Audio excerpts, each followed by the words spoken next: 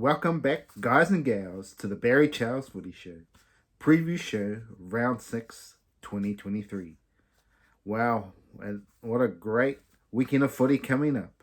But first off, let's head off to the Barry Charles Footy News. Yes, Jack Wighton has been offered from the Canberra Raiders a $4.4 million deal over 4 years. Ka-ching! Will Jack Wighton take it? Do you think he should take it? Do you think anyone else will offer more? Well, Dolphins, possibly. Dolphins, I say Dolphins are probably the only team in this competition that would be able to trump that offer. But it depends on Jack Wighton's motivation. If he wanting money, it'd be the Raiders or the Dolphins. But if he's looking to win a premiership, let's go through the teams that possibly could sign Jack Wighton. You got the Broncos. To me, if you want to win a premiership, you'd go to the Broncos, the Roosters, Rabbitohs, the Sharks. But where would you play in those teams? Well, to me, if you look at the Sharks, Moreland's coming to the end of his career. Jack Wighton's got more in him. I think that would be a straight swap, and seems like the most easiest fit there. If he was going to play for a team like Parramatta, for instance, where does he get into that team? More than likely, he would have to play centre, which would strengthen their team and give them a big chance. But is that a premiership one? I'm not sure. The Roosters, where does he go into that team? Again, looks like he would be a centre option. But Joey Manu and Joseph Suaalii are still going to be there for a while. So where else does he go? Does he go to lock? But you got Victor Radley. You got 6. I think he would be looking to replace Luke Keary. That's my opinion. And that possibly could be an option here, depending on how Luke Keary goes over the next month. Broncos, of course. Yes. Why are you going to just swap Ezra Mann? More than likely, he'd have to play centre. And the Dolphins again. More than likely, he would have to play. He could play number 6, but that would just stagnate Katoa's growth. So, yeah, to me, I think you have to look at where the teams are going forward. And I think I can't see the Warriors. He won't go to New Zealand. So. And Rabbitohs as well. And doubtful where he would play. He would play centre for them as well. So I think he'll need, if he wants to win a premiership, he's probably going to have to change positions and play centre more than likely for most of these clubs. The only club that I can see him playing 6 at is the Sharks. So watch the space on that one. And maybe the Roosters if they get rid of Keary, yes. There's another news. Toby Rudolph, not good for the Sharkies, is out for 3 months. And that's a big blow to the Shark season. Is it over right here, right now with that? Possibly their best forward gone. Bailey Simonson, why wasn't he sent off? Absolutely, he clear cut straight to the head. And he's paying the consequences now, but he should have paid the consequences on the weekend. And obviously the news at the moment is Jared Haynes, should he be stripped of his Dally M medal? It's pure craziness for me. I understand he's done something absolutely atrocious, but his accolades on the field were way before this alleged, well, not alleged, apparently proven that he did stuff unconsensual sex, obviously.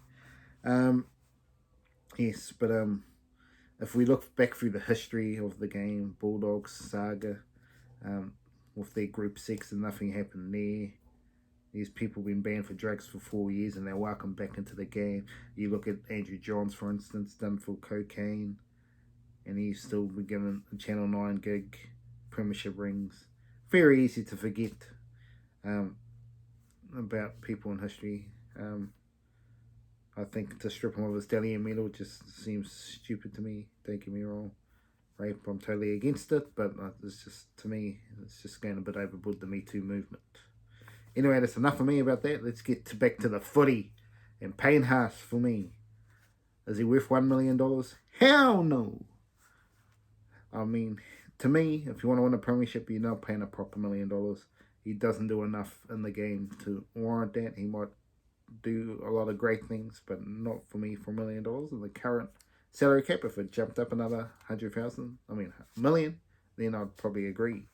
But right now, not worth it. So if the Broncos sign him for that, it's going to deplete the opportunities to sign someone else. And maybe Broncos' chance to win a premiership is this year only. If they're going to lose Herbie Funworth and Tommy Fleet going on. Yeah, just going to screw up the salary cap of the Broncos if they do that for mine. And it'll be just like Jason Tomalola. Very good, he plays good every week, but have the Cowboys won a premiership with that big signing? Have Daly Cherry Evans for his signing for $1 million, if they won a premiership? No. And that's the problem. You just got to balance your squad and be ready to rock and roll. So that's why the Penrith have done so well, because they've paid the players unders and keep their squad together. And if the person doesn't want to take unders, they walk away, like Steve Crichton. Yeah, so interesting. Yeah, so on Dolphins obviously need to, can they lift this week for Wayne Bennett and his men? As Wayne Bennett would say, don't overpay your props, because you will be kicked out of it. You'll struggle going forward into the season. So yeah, 800k is what I'd sign for them. And the biggest media beef up of the weekend, well, of recent history, is the Anzac Day commemorative jersey from the West Tigers. Yes, it's got had an American soldier on it, but do people really care? Yes, they should have had an Australian thing, but at the end of the day, it's just a jersey for mine. Obviously, bad taste for people from the Defence Forces. I do understand all that, but you could argue that some of the Defence Forces was not the greatest anyway in terms of killing people. So that's another debate altogether. But to me, this is a non-event. Don't know why the media are just beating it up like the Tigers. Tigers just an easy basket case at the moment, just to get any little thing. But the one thing I do agree with Kenty, don't lie. Yes, don't say you've talked to the Defence Force when you never did. It's just bad karma, and maybe the CEO should walk on the sword from the Tigers. But on some other good news in the footy, Michael Maguire has signed on for 2025 to the World Cup for the Kiwis. It's a very good signing. Do we really need to do a bit more in the signing game, though, for the Kiwis? Do they need to get more grassroots footy, get an under-18s game? They really need the under-18s just flying along. Really need to develop that sort of competition to be really big, so the Warriors and New Zealand Rugby League can be strong. And thinking of this with Michael Maguire, I was just thinking of some of the teams that are struggling right now. If you want to replace the coach, who would it be? Let's look first at the Canberra Raiders. Ricky Stewart, I think, is on dying legs there. He might continue to get re-signed. They seem to be very faithful at the Raiders in terms of signing their coaches long term, but I think it's time to move on. If it was me in charge of the Raiders, I'd be looking at Mal Meninga. Whether or not he'd want to do it again, but to me, he would be there. Gary Boucher seems to have quite a lot of knowledge when he's commentating, whether he can switch it over to coaching ranks. Or and there's obviously Laurie Daly as well, but would Laurie Daly be similar to Ricky Stewart? More than likely. Yes. West Tigers, well, they already have their coaching sort of set up, but is it the right thing going forward? Benji Marshall seems to be more of an assistant coach to me than a head coach currently, but that doesn't mean he can't turn into a head coach. But there's some very worrying signs here. If I was going to just pick anyone out of the hat for the Tigers who would suit the Tigers, Todd Payton, I think he would be a mastermind there and really turn this team around. But that ain't going to happen. I feel Tim Sheens has probably gone a bit soft here on his side, because Luke Brooks should be in the team and Dane Laurie should be. Simple as that. Not saying Dane Laurie should be number 7, but Luke Brooks should be completely out of this team completely. Rest of the season, gone booger, move on. But he hasn't got the gumption to do it. And I don't know why the West Tigers fans are allowing it. They should be saying bye-bye Brooksy. I've got nothing against the kid, but they're not making the final, so what's the point? The Dragons is a tough one for me. It's the old school. Yes, the old school. Hasn't worked for them with Paul McGregor and Anthony Griffin. They really have struggled since Wayne Bennett. All the talk is Jason Rolls will be the next cap off the rank. It's going to be an interesting talking point here with Craig Bellamy goes. Who goes to coach Melbourne Storm? Billy Slater's been all the big talk, but Jason Rolls will probably want that position as well. So Ben Hornby and Dean Young are other options, but I can see them being assistants, whether they want to be assistants. Jason Rolls and Dean Young's already been an assistant there. He wants to be a head coach. So, yeah, mind boggle. But maybe an outside, blow it out of the park if you want someone different. Jeff Tuvey. But for some reason, I don't think he's able to talk his way into a job. He hasn't got those skills and not really business focused. So that's the problem for Jeff Tuvey. The Gold Coast Titans, I also have Mal Meninga at the top of my list, but if not, I'm just thinking outside the square. Maybe Shane Flanagan would be a good fit. They need some grit in their defence. He will bring that in spades. So I think Shane Flanagan would be good for them. Obviously, Shane Flanagan would be good for a lot of clubs, but I'm just trying to give you one coach for each team. And the Newcastle Knights.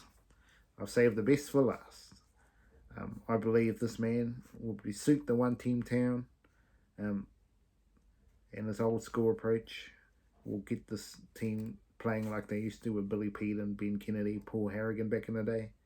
They're uncompromising players. Yes, Manly great, Des Hasler.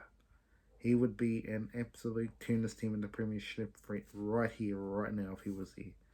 With the players they've got a chance to make the top 8. But I think Des Hasler would turn them around in a heartbeat. Yes,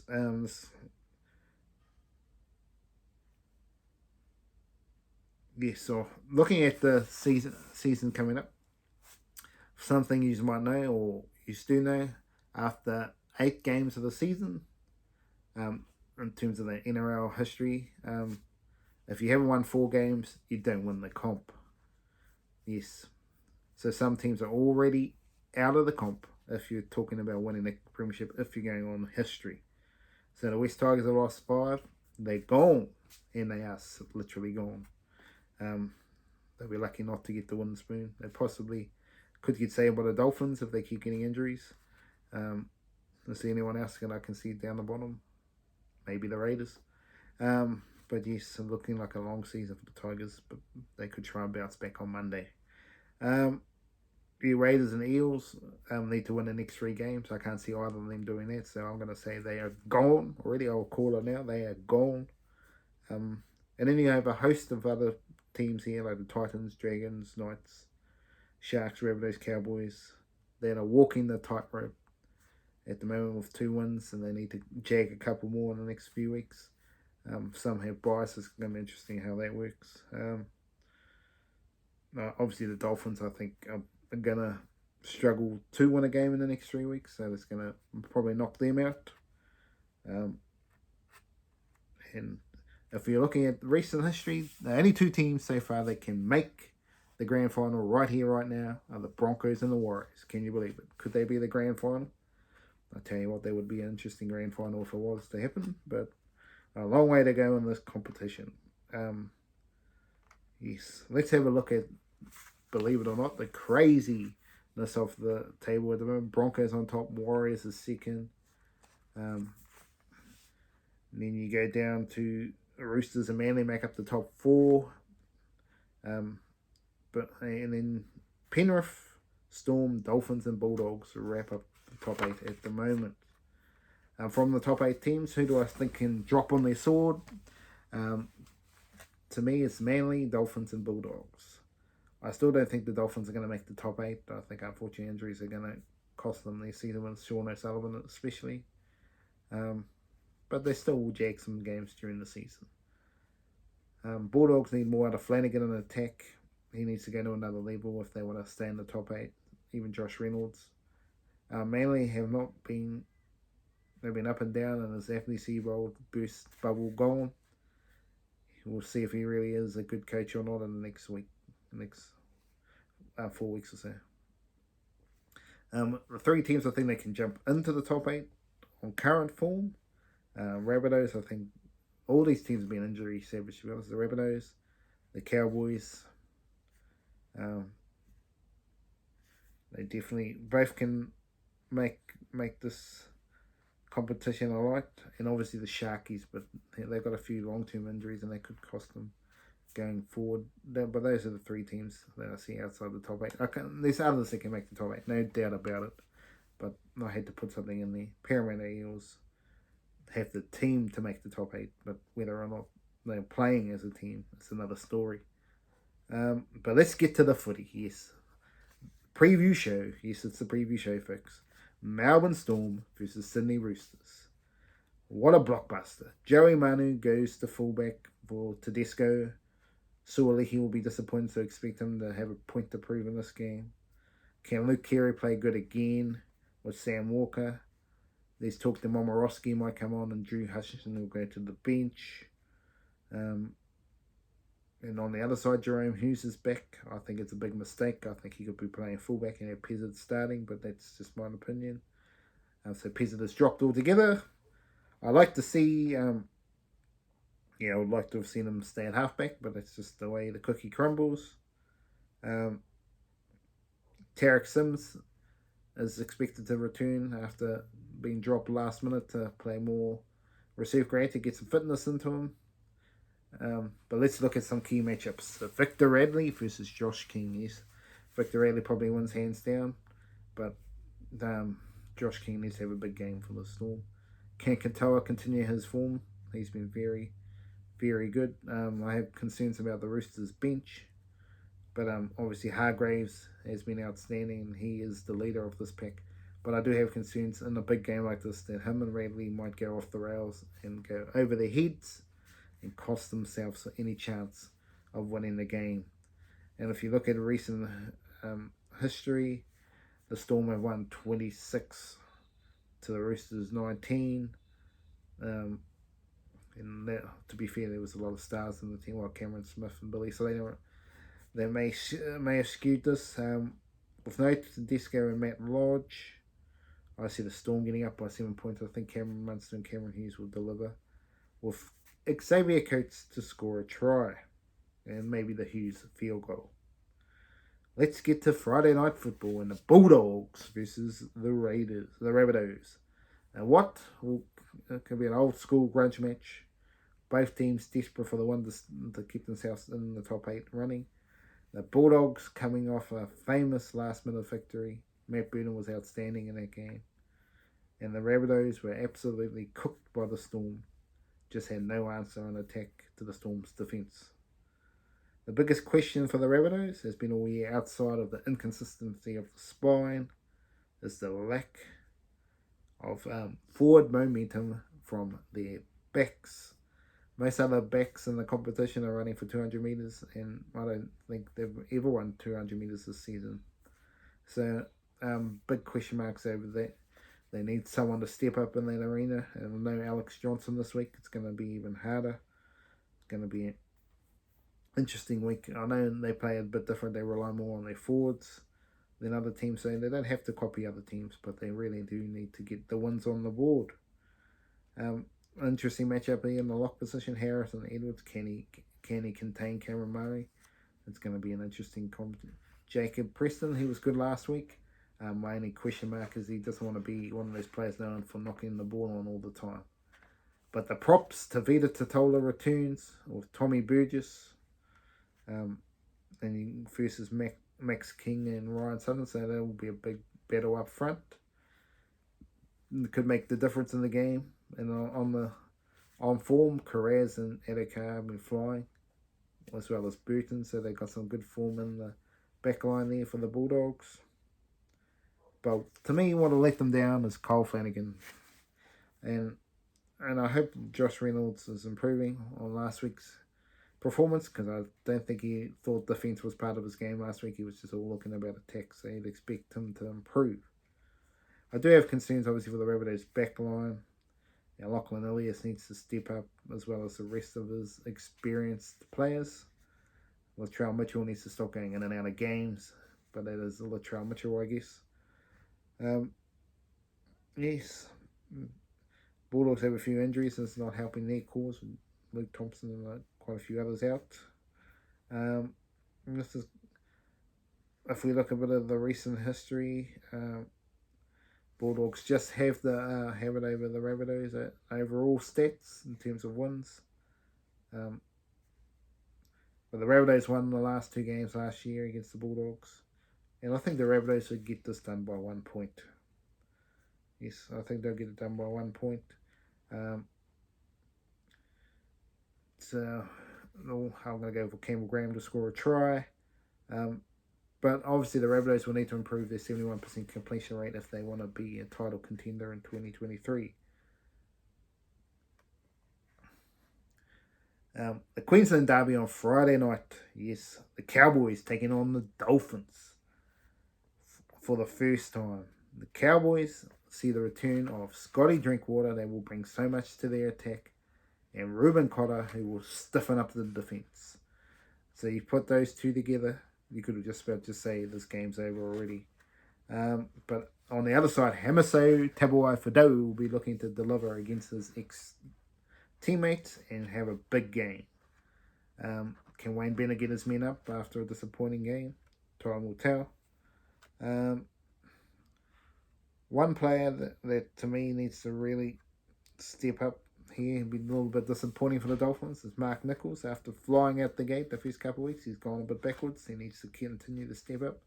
And Jesse Bromwich has been a little bit quiet after a good start to the season as well. He needs to go to another level. On the other side, Lumi and Gilbert have been playing very good football. And maybe Reece Robson needs to go up a little bit of it. If I want to put a critique in there, maybe he needs to go up a level. But I think overall with Scott Drinkwater and Ruben Cotter back, I think they're going to get it done by 12 points. The Cowboys in this one.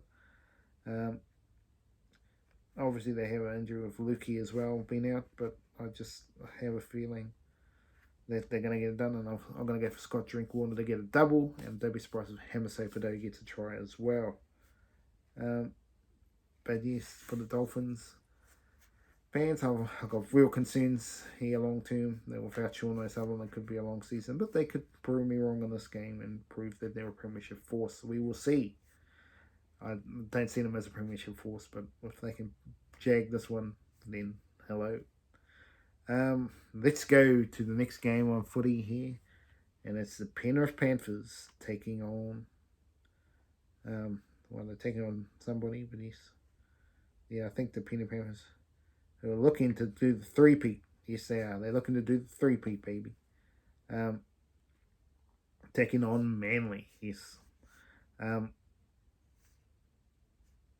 This one, if you look at the form line, the last couple of games for Manly have been not that great at all. And the Penrith Panthers have bounced back into premiership potential. Sonny Luke comes back in, and Peachy's dropped altogether. I don't know, it doesn't make sense to me to drop him when you got James Fisher-Harris out, Luke Garner and Liam Martin out. To drop Tyrone Peachy doesn't make sense to me, but the Penriths have been winning the premierships. So who's to doubt the maestro Ivan Cleary? On the other side, Jason Saab and Josh Schuster are back, and they're huge. And points, and can Aaron Woods make himself into the bench? We will see. Very much like a Marty Tapau sort of thing, will bring him off the bench. Possibility, I don't know if he will play this week, but I think he should. And on paper, I would say the Manly squad is stronger, with Ola Kawatu as well in their forward pack. But Sax Hostings has really found some form, and who can doubt Isaiah Yale? Tommy Turbo, he was flying back into form last week. Can he continue going forward? I think so. Cherry Evans, he didn't ice the game last week. It was very disappointing for someone on their $1 million contract.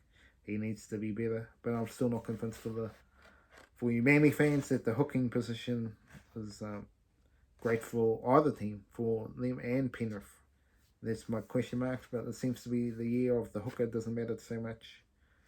It's more about the backs. But clearly continues to deliver. And I'm just a little bit worried about the three-peat for you Panthers fans. But the Panthers do have the wood over the Manly with 22 wins of the 37. And even though I would like deep down for Manly to win this game, I think this is going to be done and dusted by the Panthers, maybe by 7 points here with Nathan Cleary delivering the field goal. And I think he will score a try too. I think he will just deliver for me. Penrith should get it done. And Manly, the top 8 credentials is starting to get a bit shaky after a couple of performances. They need to bounce back quickly, and whether they can do it in this game, time will tell.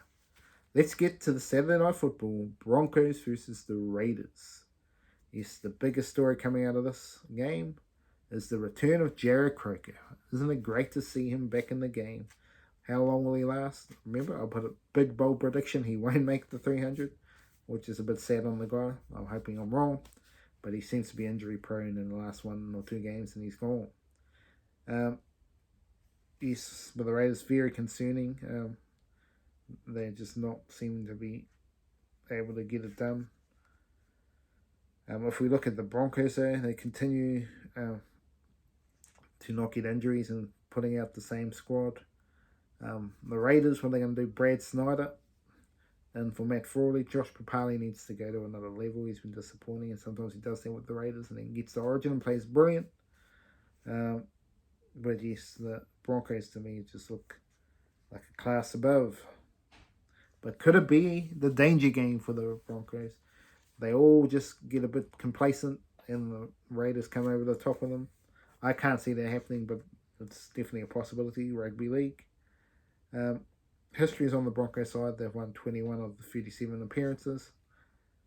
Both teams would be looking to improve their completion rates though. And a meager 76% the Broncos and 75% the Raiders. The Broncos have won 59% at this venue, where the Raiders have only won 21%, so it's not been a happy ground for the Raiders. And I don't think it's going to be a happy ground again. So for me, my tip is Reece Walsh to get a hat-trick, and the Raiders to be humiliated by 24 points or more. Without Jack Wighton, seems like it's going to be a long day at the office, and I do question Croker's defence. He struggled last time he returned, and they will be running at him all game. Let's get to Easter Sunday. Yes, indeed. We're all having our Easter eggs, and the footy is on. The Dragons taking on the Titans.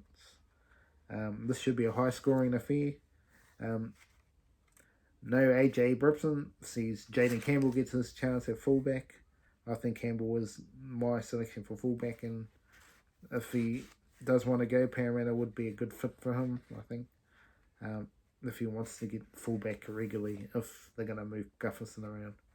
Toby Sexton to 5'8", with no Kieran Foran, so I don't think they lose much there, to be honest. But my issue is going to be the cohesion between the spine with so many changes. They might be struggling. Anthony Griffin has dropped Jaden Sutherland again. What is happening? He always seems to drop these young players. He could prove me wrong. Sakalomas and Ravawala were outstanding last week. And so was Blake Laurie. I do have concerns for the Titans bench. They don't have much on them, but their starting forward rotation is outstanding with David 53 in the team. He could be the difference. Ben Hunt keeps steering this Dragons team around. Just whether they can defensively get it done against the Titans. The Dragons have had the wood over the Titans, winning 18 of the 28 games played. And they only played a couple of weeks ago when the Dragons won. But I think there could be a form reversal here. And the Titans by 6 points for mine. With David Fafita scoring the try. But this is really a toss of the coin game to me. The Titans' completion rate of 74% needs to improve if they want to win this one. But let's look at Sunday night football. Maybe the game of the round. Newcastle Knights looking to get revenge from round 1 against the New Zealand Warriors. Yes, This game is going to be a great game for you fans out there. Um, Obviously, no Tyson Gamble and no Kalen Ponga for the Knights. Um, Still no Jacob Safidi. When you look at the Warriors side, still no Mitchell Barnett, but the return of Tohu Harris and Timada Martin and Dallin Watini Salesniak could make a possible return. I don't see it happening. I think they'll keep with the same team, but he could shore up the defense a little bit. Can the Warriors prove that last week wasn't a fluke? This is going to be a big game for them. Sean Johnson is arguably in the greatest form of his career, and the Warriors are completing at 82%. The Warriors are completing at 82%. You used to read that again, yes. The only other time they had that sort of record was with Stephen Cooney, and they was lackluster in attack, but they certainly out this season. Jackson Hastings is playing very well, and with Daniel Safiti and Luke Thompson up front, they will definitely be a big chance tonight of putting up a good game. I really, honestly, do have a feeling that the Knights could win this game, but I have to keep the faith and say the Warriors are going to get it done this week. This really will push the Warriors not to the top of the picking order. They got to beat the real top teams yet, but this is just to say that we're here and we are a real footy team, beating the teams that are lower on the table. This is the proof for the Warriors, so they need to prove that. Timothy Martin, Tohu Harris, obviously big inclusions. Obviously, the big question mark for the Warriors is why Halehi. Can they get the best out of him, because he can score tries, but the defense is the killer for me, and they could attack him all day. And with no Niokore as well, to be honest, I don't think they're missing much at the moment. He hasn't been playing great football for the Warriors as yet. He obviously his defense is pretty good, but he just hasn't really done much in attack, so I don't think they're losing much with him out. And on the other side, can Dominic Young and Greg Margie continue the form of what they did last week? That's going to be interesting. It'll be a very entertaining game if they do. Who to score a try for me? I'm going to go whatever it costs you to score a try. Definitely going to be one of the games of the round. It's going to be interesting to see how defensively minded these two teams are this week. And one interesting stat, the Warriors have won 42% of their games at this venue. Probably one of their better away records to mine, so that's why I don't think they're going to be scared of the occasion. And I think the Warriors will get it done. Let's look at the final game on Easter Monday. This is going to be the upset of the Titanic. The Tigers, can they get up against the Eels again on Anzac Day like they did last year? Or not Anzac Day, Easter Monday, can they get it done? Possibility, but let's have a look anyway. The Battle of the West. Can the Tigers restart their season? Parramatta season is on life support as well at the moment. They need to bounce back. The Tigers have made big changes. Yes, they've made big changes here.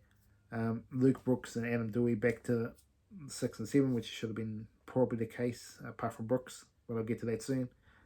Charlie Staines, the fullback. Where the hell is Dane Laurie? Are you kidding me? Yes, but I'm telling you now, no gumption to machines. Benji Marshall. Luke Brooks needs to go. See ya. Out the door. I'm not going to say what Gus said, but that's what I'm meaning. No, Brooks has got to go. He's got to go to Super League or wherever else. He is not going to get Tigers the premiership.